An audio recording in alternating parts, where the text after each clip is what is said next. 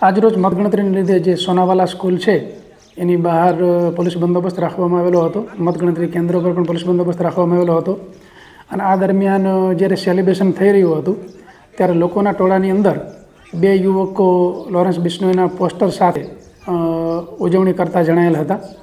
તાત્કાલિક ત્યાં અમારી લોકલ પોલીસ પણ બંદોબસ્તમાં હતી અને લોકલ ક્રાઇમ બ્રાન્ચના જવાનો બંદોબસ્તમાં હતા.